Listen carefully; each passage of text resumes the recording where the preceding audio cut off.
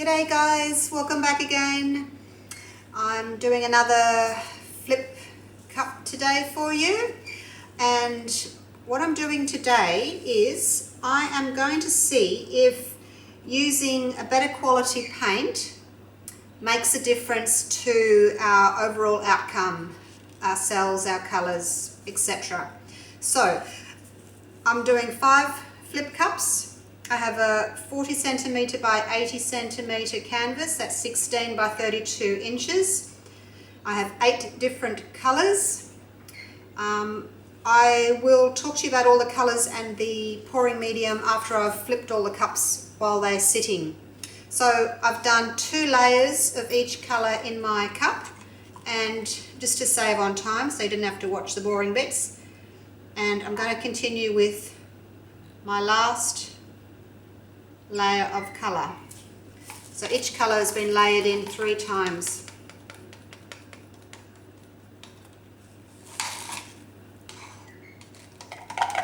Use all this up. On my cups I've put coloured in square if it's opaque, and I'm going opaque, semi-opaque, opaque, semi-opaque, opaque, opaque, semi-opaque, opaque, just to see if it makes a difference.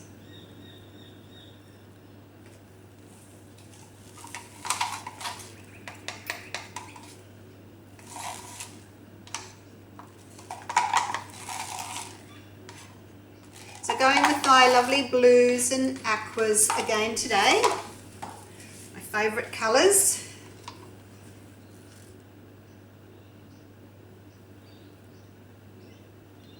I guess living in the Queensland in a tropical sort of climate, I do like my light blues and my aquas.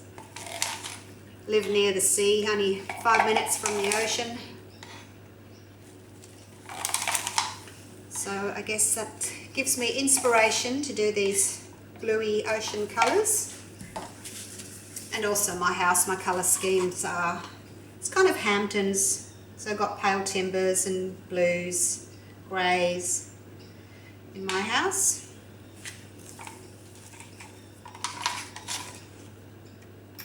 That one's the transparent. Just got a little, yeah, it's my only transparent actually. All my others are either semi-transparent or opaque. And that one's just got an empty square, so I know that's my transparent.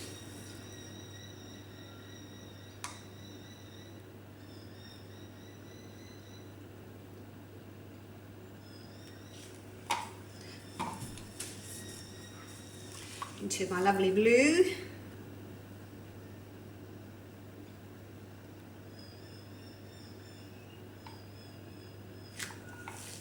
Finish that one off.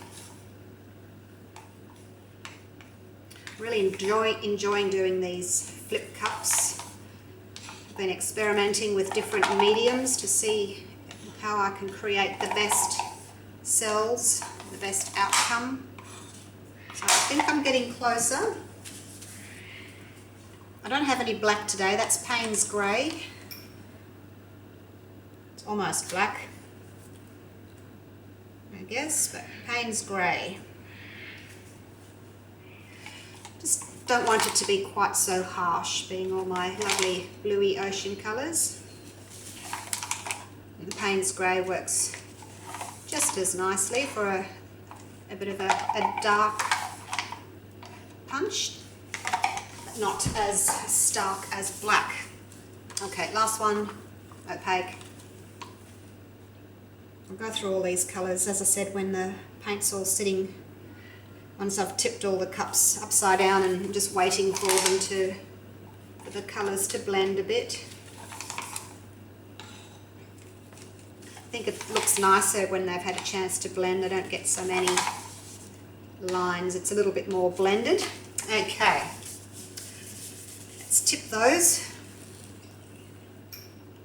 work out where I want them to go.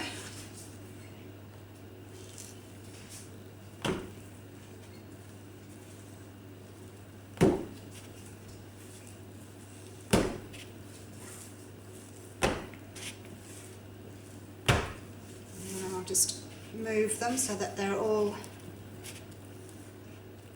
pretty much centered. A little bit of hand between them. Yep, that's pretty good.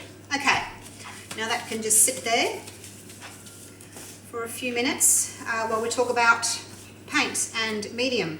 So with the medium today, I'm using the same as I did with my big pink and apricot pour, if you saw that one. This is my homemade mix here. 3 parts Floetrol, 1 part PVA glue, or Elmer's glue if you're in the States, half a part pouring medium. And doesn't matter what you use, you can use Liquitex pouring medium. This one's got global pouring medium in it.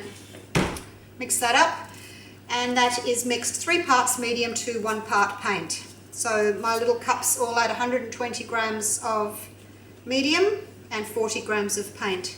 So we have the white, titanium white Liquitex Basics, opaque colour,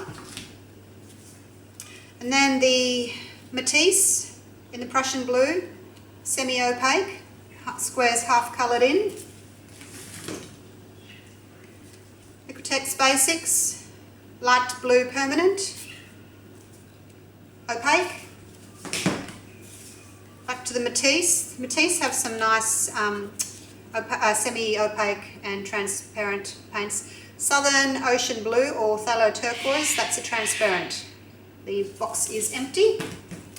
And my one global is the metallic copper. It doesn't say whether it's opaque or what it is, but I think it's opaque. They're cheaper paints, so they're not very highly pigmented. Liquitex Basics in the, I don't even know what that says, I think it's Phthalo Cyan or something like that. Anyway, I'm going to call it Phthalo Blue, and that is opaque. And Matisse is Payne's Grey, semi-opaque. And the last one, Liquitex Basics in the bright aqua green, and that one is opaque.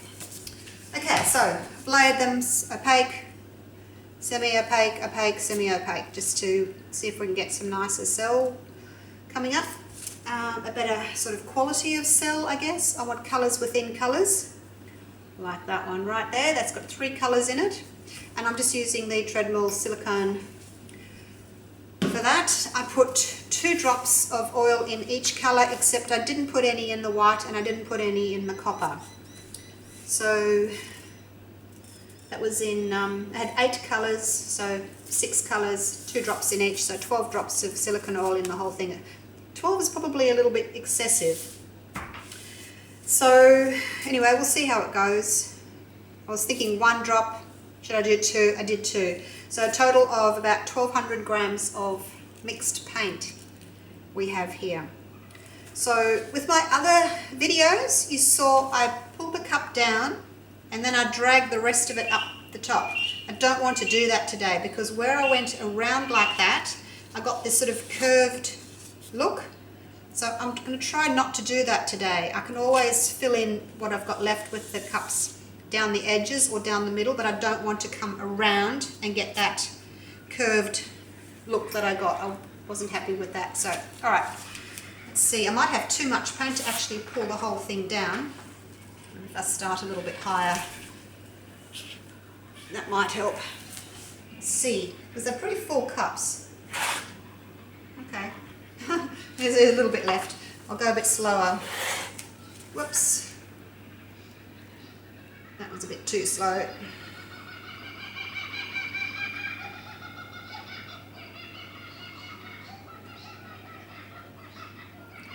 Way too many cells. Okay, that one worked a bit better. Getting better as I go along. Learning. And that one will come up because that's on the edge. Although I'm going to have that there. So I'm just going to put some leftover paint on the edges now while we sit and wait for that to do its thing. Still got way too many cells. That's the Floetrol. I'm going to have to start cutting back on my Floetrol. It's just too much. It's great if you want lots of cells, but if you don't, then that back on your Floetrol.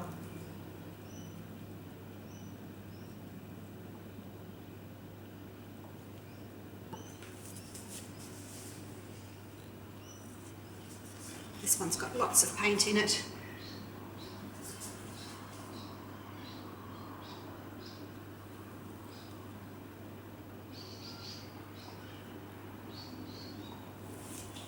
Alright. Which one's else has got some? This one's got a bit of paint in it. I'll just pop it here. Try and keep that linear effect happening.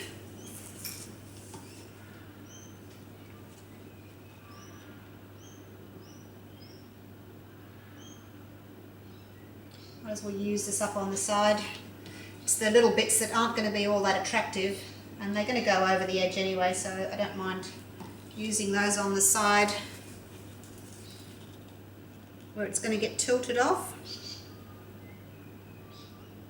The bit in the bottom of the cup is a little bit more muddy, so you don't want to put that in the middle of your painting. Just use it on the sides, where, as I said, it's going to get tipped off anyway. Alright, get those cups out of the way. So I've still got the lots of the little Floetrol cells. See the little tiny ones everywhere? There's some pretty lacing there. See what happens once I start stretching it out. It might look a bit better. I'm going to actually try with my next pour. I'm going to cut down on the Floetrol. I'm going to use 2 parts Floetrol instead of 3. And see if that helps, because I don't like this look of so many tiny cells. Okay, I'm going to torch it a bit. See if we can get some bigger cells to pop up.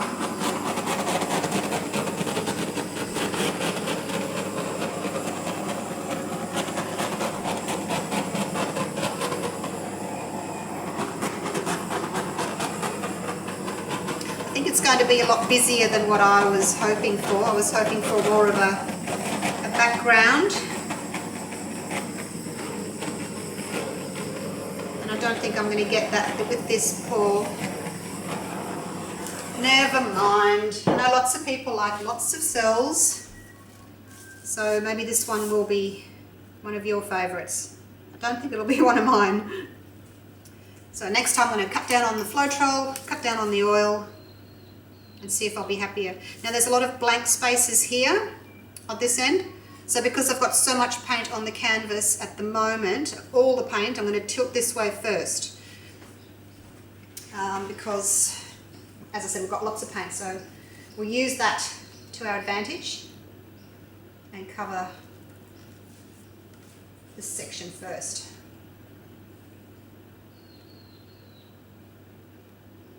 Trying to watch this and watch that at the same time. So over the edge there already. I do want to go over that side just a touch. But I don't want to turn it sideways, but I'll put it on an angle like that, which means that bottom corner will get covered. And then when I tilt that way, the top corner will get covered.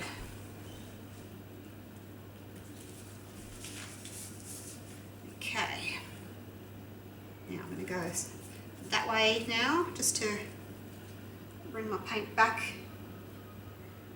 into their lines and get this little corner covered here if I can.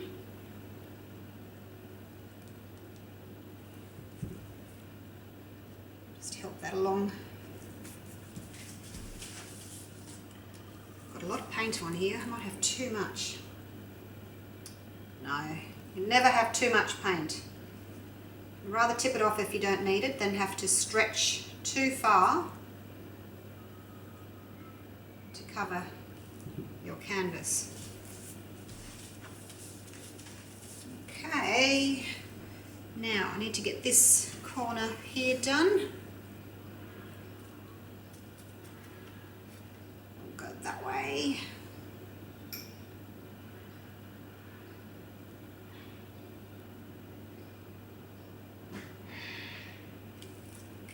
Covered.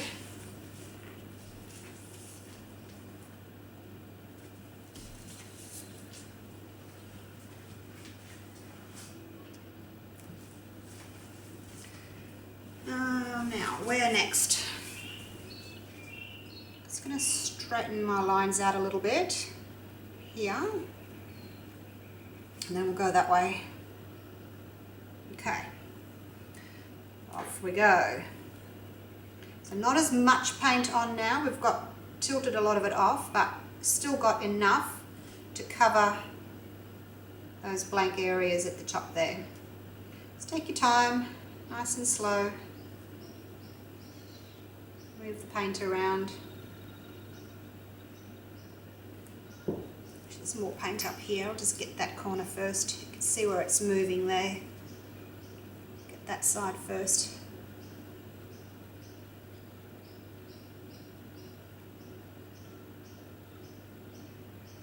You do want to try and stretch your paint. You want your cells to be stretched to a degree. You want nice big cells. If you don't stretch it enough, your cells in the middle will be sort of smaller. The middle will be squished together and your outsides will be stretched. So you have to be aware of that.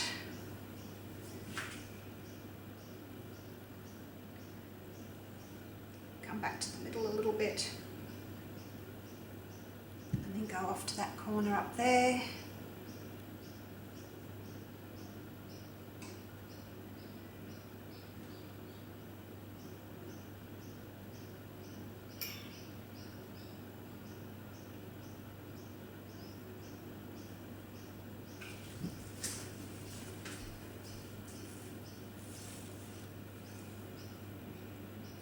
Bringing that back again.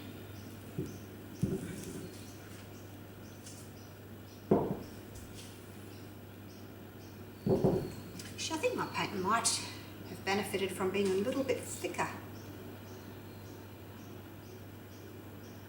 Just going for this last corner up here.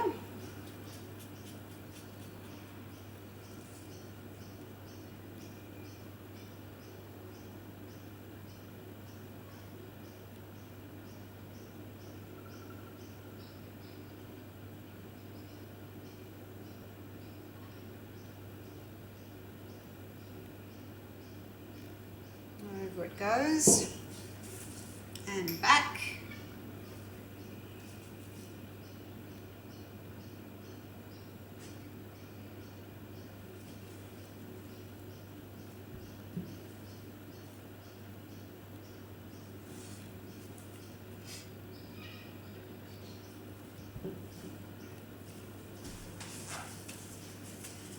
Okay, let's have a look at it.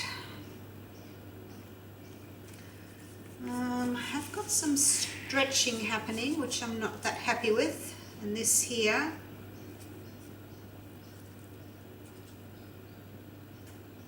I think my paint was a little bit too thin by the looks of it. Just going to pick up some paint with my little spatula, put it onto the corner there where it's not quite covered. Can't see the back, but I'll go around and finish that later off.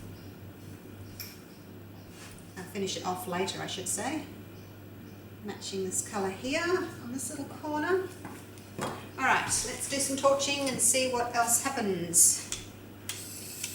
I don't really want to... I would like to sort of bring this down a little bit, but I don't want to move it too much.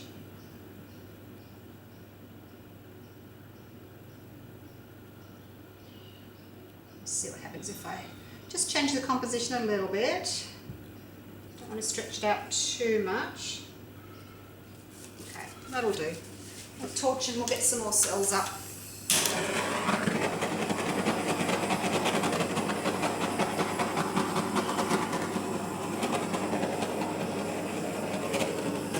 Popping the bubbles. Make sure you pop all your bubbles if you've been using PVA glue, because when it dries it makes little pit holes. Make sure that you're torching well. Get rid of them all.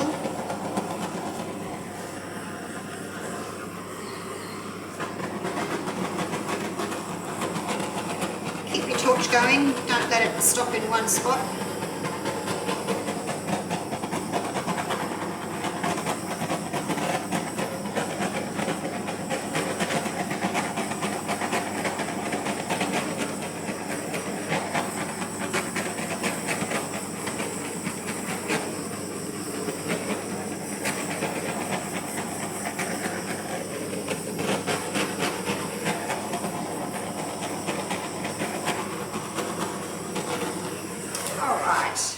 enough torching.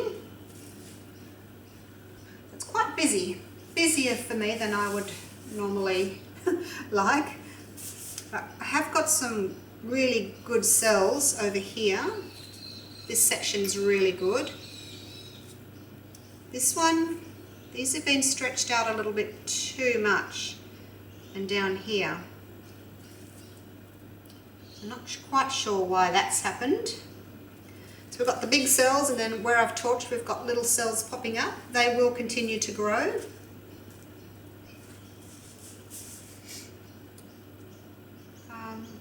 Yeah, overall not that impressed so far. I don't see a huge difference in the more expensive paints, except for over here where this cell formation is much better. You can see that's much better. They're more clearer. They've got colours inside colours. Over here is really pretty. This aqua green's really pretty. Pop of copper is nice too. Alright, I'll take you in for a close-up. I'm going to have to do this again because as I said, I'm not that happy with it. But I will try a thicker mix. I think that might help. I haven't used all these Liquitex Basics and the Matisse before, so maybe that's why they need to be mixed a little bit thicker, the Matisse, especially the Matisse. It's a tube paint. And they're quite soft bodied paint. Alright, I will take you in for a close-up.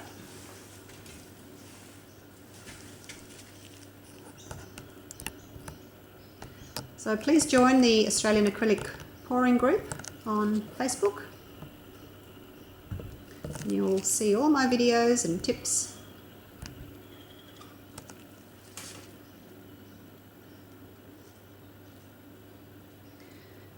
Does look quite nice from up here. I'm standing on a ladder, so I can reach my camera, which is on top of my tripod.